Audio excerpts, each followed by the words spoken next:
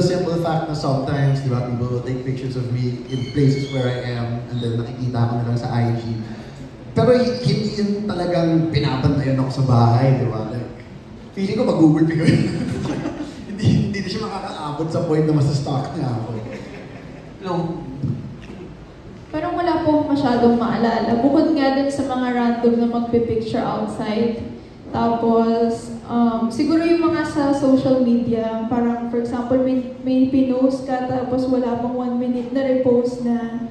At tapos minsan gusto kong bawiin yung post. Hindi ko na magawa. Parang ganun. Yung mga ganung bagay lang po. Pero nothing serious talaga.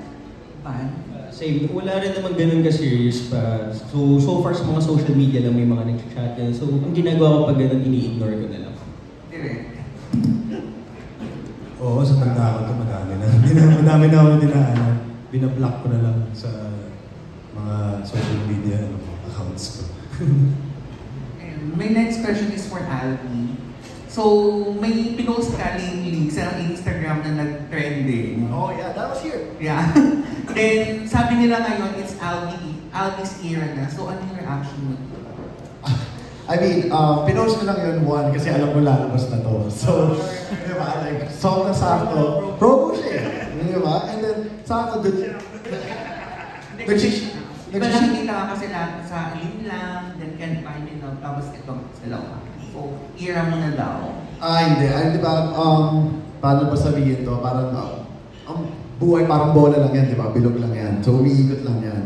Di ba? So, I'm really thankful now na, yun nga, marami tayong work, but, di ba, like, maybe 6 months from now, hindi nyo na ulit ako makita. So, di ba, I just try to, hindi ko nagbabask sa ganun na, oh, it's my era. No, di ba? I still wake up every day thinking na, kasi sa industriya namin, nothing's guaranteed. Di ba? So, I always wake up, I try to do my best every day just so, di ba, if producers see, di ba, they just keep getting you.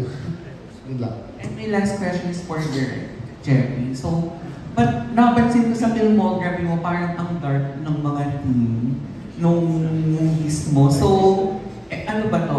Yun ba yung aesthetic na gusto mong i-follow? Or willing ka din gumawa ng ibang genre? Totoo naman yan. Kasi I think yun talaga yung forte ko. Mga dark subjects, mga convoluted characters. I'm really drawn to those kinds of materials. Pero I really want, since nagdirect din naman ako rom-com for TV, mga teleserye, ganyan. I do want to make a love story or a rom-com. Hopefully this year also. Pero so, I think excited din ako sa next na mga naka-line up sa akin for Viva Max. Kasi medyo light siya. Hindi siya masyadong ganun ka-dark. So at least magkakaroon ng ibang kulay yung filmography ko. At saka medyo mas masa itong gagawin ko next. At saka I think medyo may pagka-comedy. Follow up lang direct, since nasabi mo nga, parang gusto mong gumawa ng rom-com. So, sino yung gusto mong artista na i-direct na hindi mo pa nakakatrabaho? At bakit? Actually, siguro kung may isang project ako na gusto i-push, yung project namin ni Geneva. So, i-direct ko yung sarili ko and her in a film na medyo man-rom-com. Yeah. But if you're to ask me, sino ba yung gusto mong matabaho ng rom-com na ganyan? Gusto ko din kasi mag-direct si Nadine sa isang dark horror or whatever thing. Pero parang maganda din baka mali mo, time for her to go back to her roots ng mag-rom-com siya ulit. I'd love to direct Nadine in a rom-com. Thank you. And good luck sa movie. Thank you. Thank you, CJ. Interesting flow of discussion. Let's keep it up with Ana Pingol from Pika Pika. Una kong tanong, sino ang mas mabongga ang abs? Si Direct Jeffrey o si Albi? Pwede kayo pakita now. Sige, game na. Mamaya pag Showdown ba to? Showdown of abs? Ay, hindi. Okay, seriously. Direct, duguan ba to? Duguan ba to sa gitna? Itong movie, medyo duguan. Panoorin nyo na lang para hindi mas spoil. Para mas ma-enjoy nyo rin. I think the less I try to,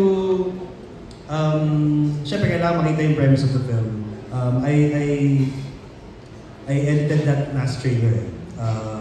And yung style ko kasi is talaga, I want to give the audience just enough for them to be teased and excited about the film. Pero hindi madami pa kayo mapapanood in the film na wala sa trailer. Okay. Hypothetical lang sa mga guys. Kung mangyari sa inyo to, sino una nyo sasakalin? Yung babae o yung lalaking tumarantado sa inyo? Siguro kung 10 years ago to yung lalaki. Pero ngayon, kasi bilang tumanda na ako, I realized na if your girlfriend cheats on you, parang,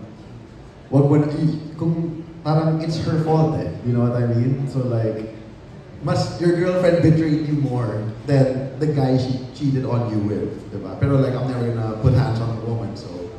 Yeah. Pero 10 years ago, for sure, sasakalin ko yung lalaki. Ngayon, wala na akong sasakalin. Alis ka na lang sa situation. It's her fault and it's her loss, gano'n? Mismo. Tama. We didn't break up. She's down, I'm up. Direct.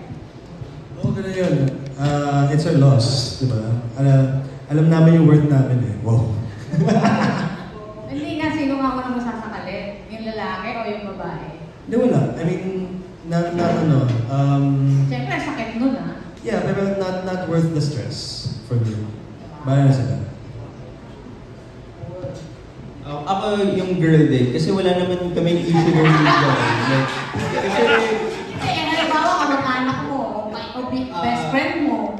hindi, siya muna yung yung kakausapin ko. Kasi siya yung committed sa akin na we're in a relationship tapos bigla ka mag-cheat sa akin. So, siya yung muna akong kakausapin talaga before yung lalaki. Usap lang.